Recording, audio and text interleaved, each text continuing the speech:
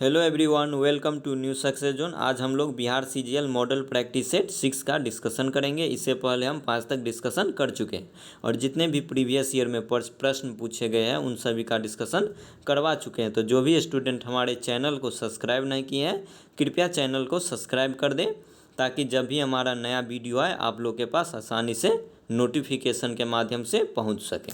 तो आइए शुरू करते हैं, देखते हैं पहला सवाल क्या है।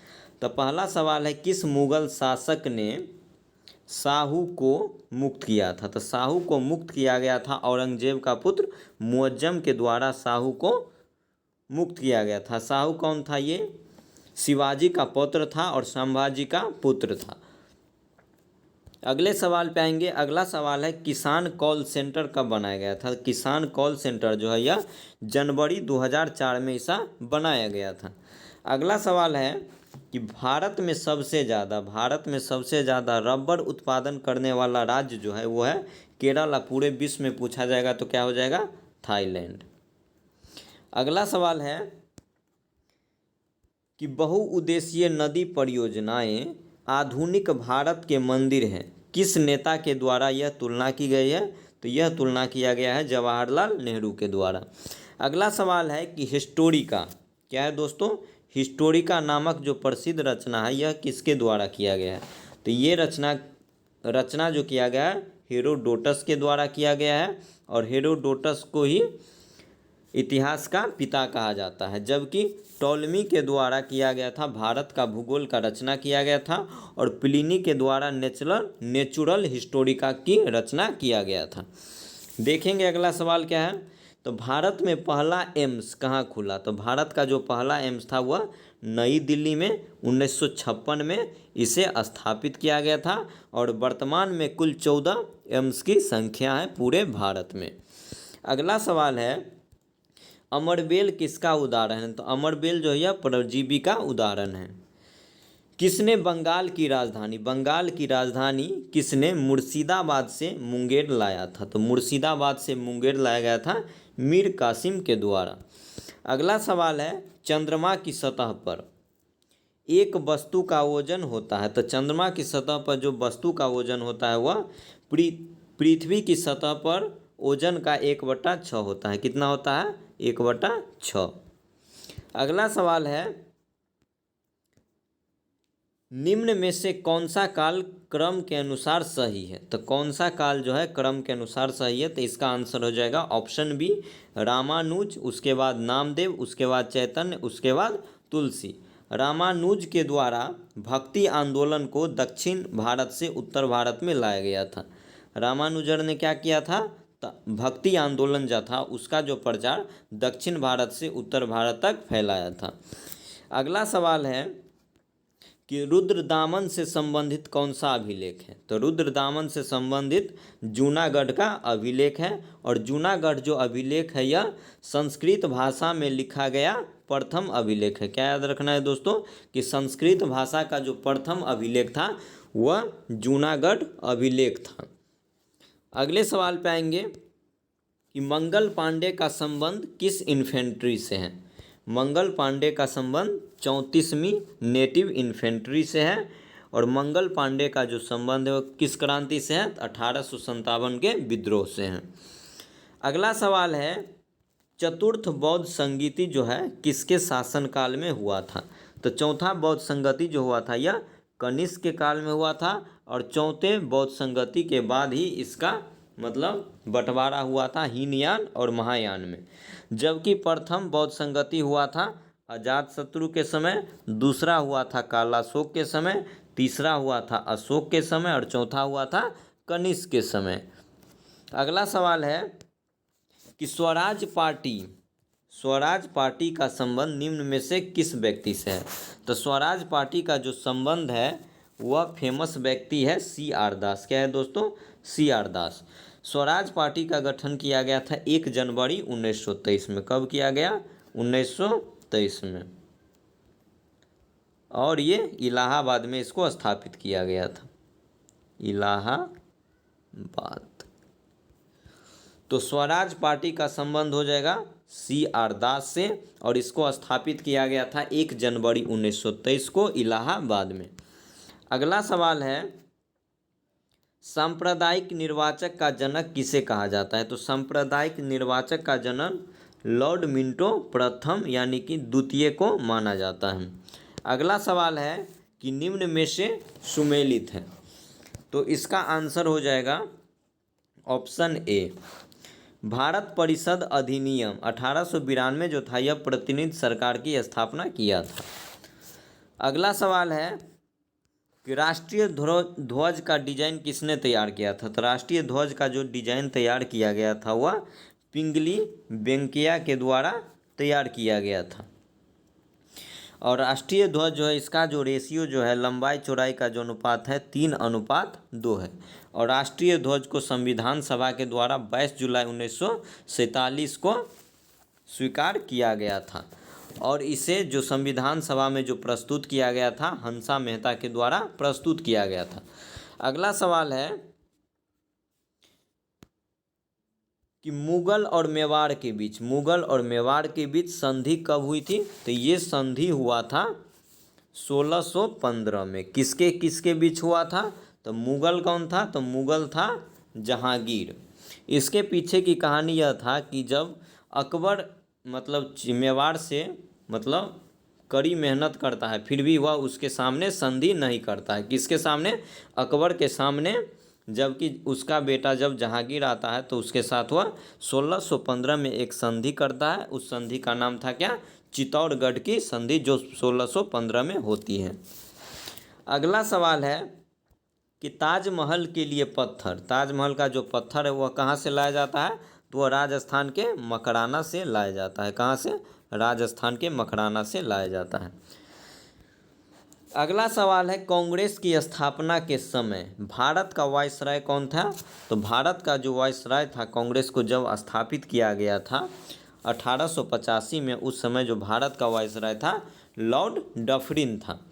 अगले सवाल पे आएंगे कि शिवालिक की हिमालय पहाड़ियाँ किस राज्य में है? तो शिवालिक की जो पहाड़ी है वह स्थित हो जाएगा हमारा हिमाचल प्रदेश में।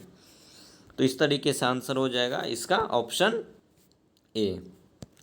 अगला सवाल है, पंजाब में भूमि अपरदन का मुख्य कारण क्या है? तो पंजाब में जो भूमि अपरदन का मुख्य कारण है वो उसका आंसर है अधिक सिंचाई।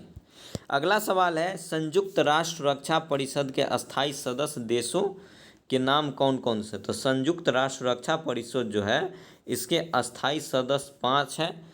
और ये कौन कौन है? तो ये हो जाएगा संयुक्त राज्य अमेरिका, दूसरा हो जाएगा रसिया, तीसरा हो जाएगा यूके, चौथा फ्रांस और पांचवा हो जाएगा चीन। तो इस तरीके से इसका अस्थाई सदस्य 5 है। जबकि अस्थाई पूछा जाए तो कितना हो जाएगा? 10। अगला सवाल है कि जीएसटी लागू करने वाला पहला राज्य कौन था? तो जीएसटी को लागू करने वाला जो पहला राज्य था वह था असम। जबकि पूरे विश्व में ये पूछा जाए कि जीएसटी सबसे पहले किस देश में लागू किया गया था, तो ये फ्रांस में लागू किया गया था 1954 में। कहाँ लागू किया गया था? फ्रांस में 1954 में इसे लागू किया गया था। और जीएसटी जो लागू किया गया था 101 में संविधान संशोधन के द्वारा जीएसटी को लागू किया गया था। अगला सवाल है कि भारत के सबसे पुरानी पर्वत श्रृंखला कौन है? भारत की जो सबसे पुरानी पर्वत श्रृंखला है उसका नाम है अरावली। और अरावली की जो सर्वश्रेष्ठ चोटी है, सर्वोच्च चोटी है, उसका नाम है गुरु शिखर। और गुरु शिखर का जो ऊंचाई हुआ है 1722 मीटर। अगला सवाल है कि दास कैपिटल एक पुस्तक है और इसके लेखक है कार्ल मार्क्स। अगले सवाल पे आएंगे कि अरब सागर में स्थित भारत के द्वीप समूह का नाम बताएं। तो अरब सागर में जो भारत का एक द्वीप है उसका नाम है लक्षद्वीप। और लक्षद्वीप क्या है? तो लक्षद्वीप एक केंद्र शासित प्रदेश है। और क्षेत्रफल की दृष्टि से जो लक्षद्वीप है सबसे छोटा केंद्र शासित प्रदेश है। और यहाँ पे जो जनरली जो भाषा बोली जाती है वह मलयालम भाषा बोली जाती है। और इसकी जो राजधानी है कवरत्ती है। क्या है दोस्तों? कवरत्ती। अगला सवाल है कि निम्न में से राष्ट्रपति के कार्यकाल से संबंधित कौन सा क्रम सही है? राष्ट्रपति का जो कार्यकाल से संबंधित कौन सा क्रम सही है? तो इसका आंसर हो जाएगा ऑप्शन डी, पहला हो जाएगा फखरुद्दीन अली अहमद, उसके बाद ज्ञानी जैल सिंह, उसके बाद आर वेंकट रमन, उसके बाद शंकर दयाल शर्मा। अगला सवाल है निम्नलिखित में से कौन इस्पात उद्योग के विषय में सुमेलित है। तो इस्पात उद्योग से कौन कौन सुमेलित है। तो पहला है तमिलनाडु सलेम, ये कथन बिल्कुल सही है। उसके बाद दुर्गापुर का है, तो दुर्गापुर जो है यह पश्चिम बंगाल में है। उसके बाद भिलाई कहाँ है, तो भिलाई जो है यह छत्तीसगढ़ में है। और राउरकेला जो है यह कहाँ पे, यह उड़ीसा में है। कहाँ हो जाएगा, उड़ीसा में। तो तमिलनाडु सलेम बिल्कुल सही है। दुर्गापुर आपका पश्चिम बंगाल हो जाएगा। भिलाई जो है यह छत्तीसगढ़ में है और राउरकेला उड़ीसा में है। ये सब क्या है, इस्पात उद्योग है। अगला सवाल है कि निम्नलिखित उपायों में से जो भारत के भुगतान की स्थिति के संतुलन को सुधारने में मदद नहीं करता है वह क्या हो जाएगा। तो वह जो हमारा हो जाएगा, यह हो जाएगा निर्यात पर उच्च शुल्क लगाने। निर्यात पर क्या करेगा, उच्च शुल्क लगाएगा। अगला सवाल है कि सुमेलित करना है। तो काजीरंगा जो है यह असम में हो जाएगा। काजीरंगा असम में, बांधवगढ़ हो जाएगा मध्य प्रदेश में, नंदन कानन ये उड़ीसा में हो जाएगा और ये मेलघाट जो है महाराष्ट्र में पाया जाता है। इस तरीके से आपका आंसर हो जाएगा ऑप्शन ए। अगला सवाल है कि दूध सागर जलप्रपात कहाँ है। तो दूध सागर जलप्रपात है ये जो है गोवा और कर्नाटक की सीमा पर है। गोवा और कर्नाटक की सीमा पर कौन है, तो दूध सागर जलप्रपात है। अगला सवाल है क्षेत्रफल की दृष्टि से भारत का सबसे बड़ा राज्य कौन है। क्षेत्रफल की दृष्टि से पूछ रहा है कि भारत का सबसे बड़ा राज्य जो है यह राजस्थान है। क्या हो जाएगा, राजस्थान 1 नंबर पे है। 2 नंबर पे आपका मध्य प्रदेश हो जाएगा, 3 नंबर पे महाराष्ट्र हो जाएगा और 4 नंबर पे क्या हो जाएगा, उत्तर प्रदेश। तो इस तरीके से आपका आंसर हो जाएगा ऑप्शन बी राजस्थान। अगला सवाल है कि नामचिक नामफुक। नामचिक नामफुक क्या है, एक कोयला क्षेत्र है और इसका संबंध है कहाँ से, तो अरुणाचल प्रदेश से। अरुणाचल का एक क्षेत्र है जिसका नाम है नामचिक नामफुक, जो कोयला क्षेत्र से संबंधित है। अगला है वैश्वीकरण से क्या तात्पर्य है। तो वैश्वीकरण का तात्पर्य है कि अपनी अर्थव्यवस्था और विश्व की अर्थव्यवस्था में सामंजस्य को स्थापित करना। अगला सवाल है कि भ्रष्टाचार को नियंत्रित करने के लिए भारत सरकार का संगठन कौन है। तो भ्रष्टाचार को जो नियंत्रित करना है यह भारत सरकार का जो एक संगठन है जिसका नाम है केंद्रीय सतर्कता आयोग। और केंद्रीय सतर्कता आयोग का जो गठन किया गया था यह संथानम समिति के द्वारा किया गया था। किसके द्वारा दोस्तों, संथानम समिति, इसी के द्वारा केंद्रीय सतर्कता आयोग को गठित किया गया था। अगला सवाल है कि निम्न में से कौन सा मंडल सर्वाधिक गर्म होता है। तो सर्वाधिक गर्म मंडल जो होता है पृथ्वी का जो सबसे नीचे वाला परत है क्षोभ मंडल, यह जो होता है यह सबसे ज़्यादा गर्म होता है। अगले सवाल पे आएंगे कि कर्क रेखा किस राज्य से होकर नहीं गुजरती है। तो कर्क रेखा जो है यह त्रिपुरा से गुजरती है, छत्तीसगढ़ से भी गुजरती है, राजस्थान से भी गुजरती है, उड़ीसा से नहीं गुजरती है। तो इसका आंसर हो जाएगा क्या, उड़ीसा। कर्क रेखा जो है यह 23.5 डिग्री उत्तरी अक्षांश को कर्क रेखा के नाम से जाना जाता है और भारत के कुल यह 8 राज्यों से होकर गुजरता है। अगला सवाल है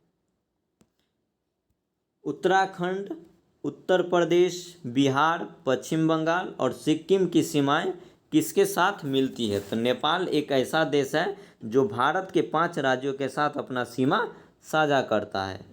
पहला हो जाएगा उत्तराखंड, दूसरा यूपी, तीसरा बिहार, चौथा पश्चिम बंगाल और 5वां सिक्किम है।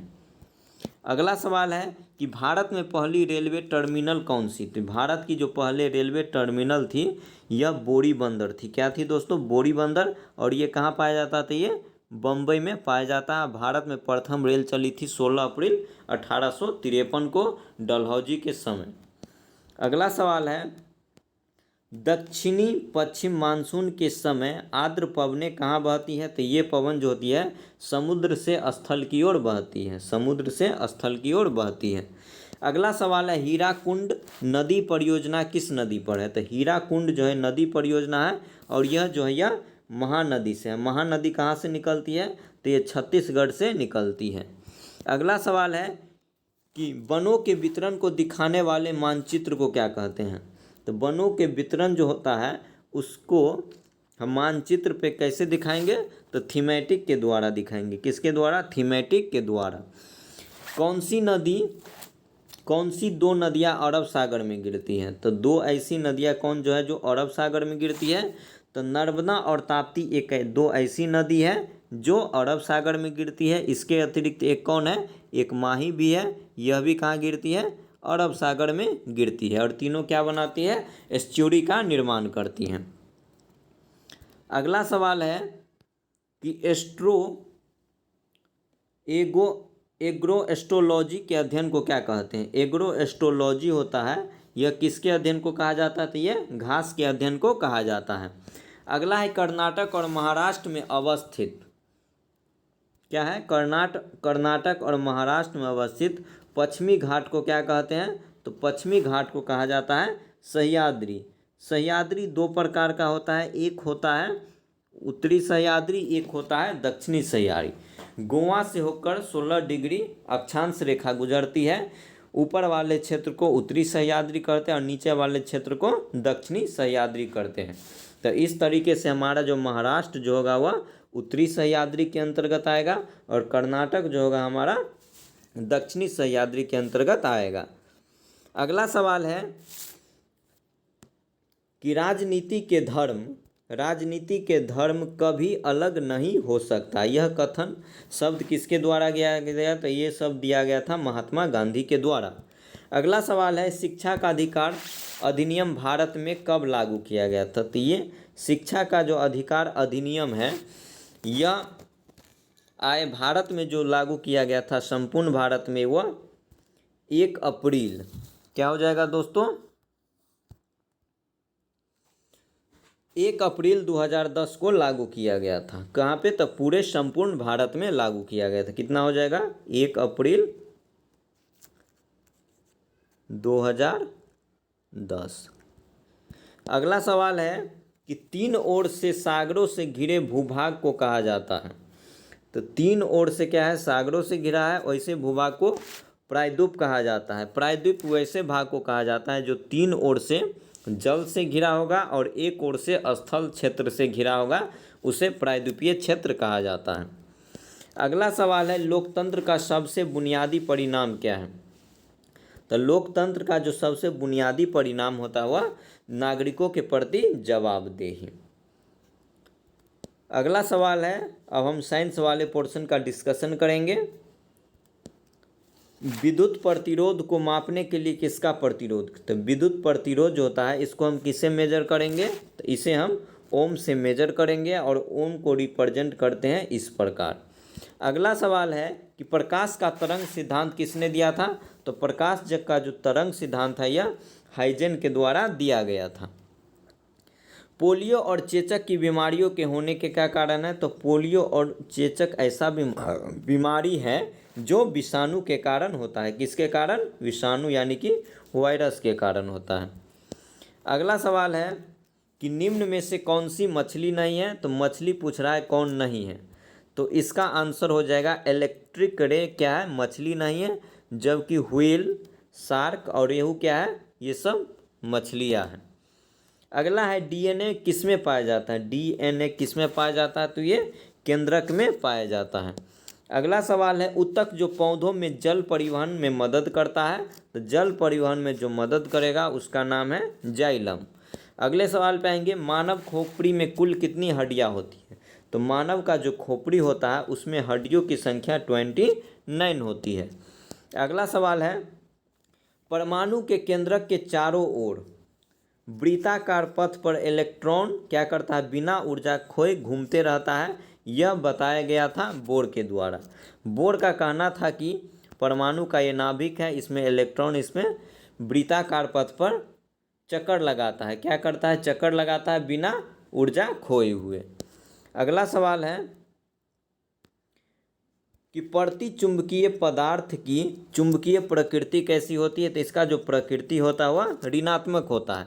अगला सवाल है कि सिरका नींबू और दही में पाया जाता है। तो सिरका है, नींबू है और दही है, इसमें क्या पाया जाता है? इसमें एसिड यानी कि अम्ल पाया जाता है।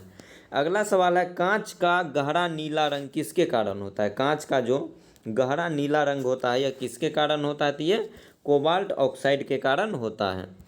अगला सवाल है कि जब एक बस अचानक चलना शुरू करती है, कोई बस है और अचानक चलना शुरू कर देती है, तो बस के अंदर बैठे यात्रियों को पीछे की तरफ धक्का लगता है। यह उदाहरण है किसका?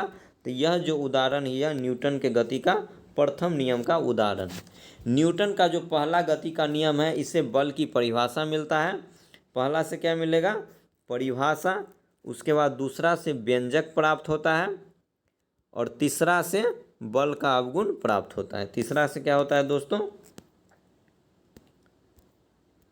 तीसरा से हो जाएगा बल का गुण। तो आप लोग को याद रखना है कि न्यूटन का जो पहला गति नियम है वह बल की परिभाषा को बताता है, दूसरा गति का नियम व्यंजक देता है और तीसरा बल का गति का जो नियम है वह बल के गुणों को दिखाता है। अगला सवाल है, दो निकायों के बीच गुरुत्वाकर्षण बल क्या होता है? तो ये हमेशा आकर्षक होता है। दो निकाय होगा और उसके बीच का जो आकर्षण बल यानी कि गुरुत्वाकर्षण बल होगा हमेशा क्या होगा? आकर्षक होता है।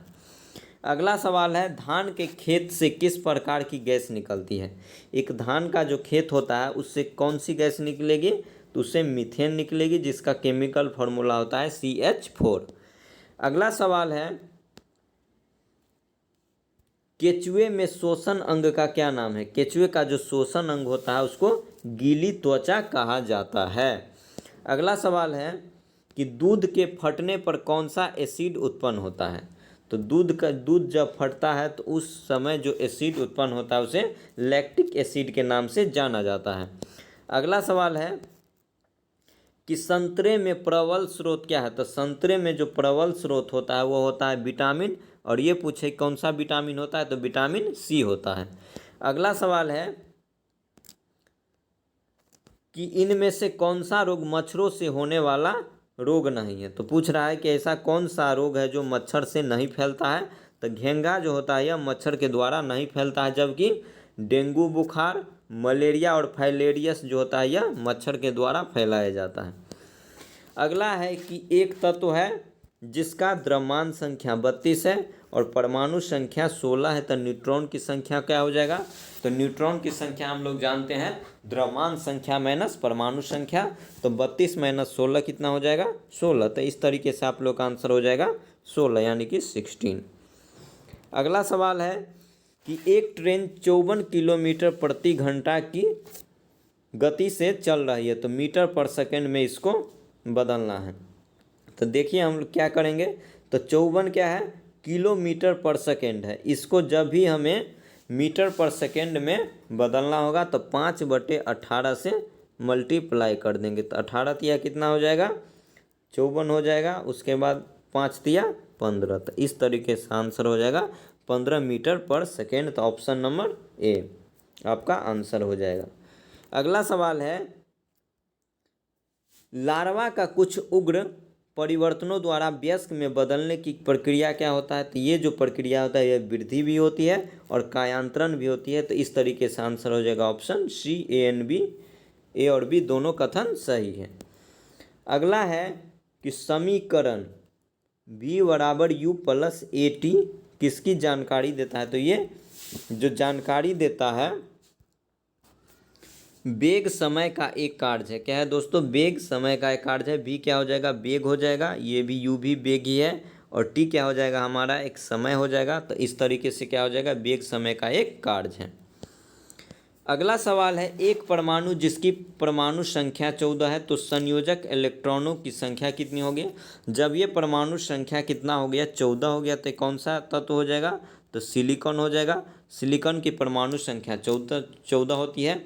इसका इलेक्ट्रॉनिक संरचना क्या हो जाएगा? इलेक्ट्रॉनिक विन्यास 2 8 4 हो जाएगा। तो 4 जो ये वाला लास्ट वाला कक्षा में जितना इलेक्ट्रॉन होगा क्या हो जाएगा? हमारा संयोजी इलेक्ट्रॉन हो जाएगा। तो इस तरीके से आप लोग का आंसर हो जाएगा ऑप्शन डी यानी कि 4।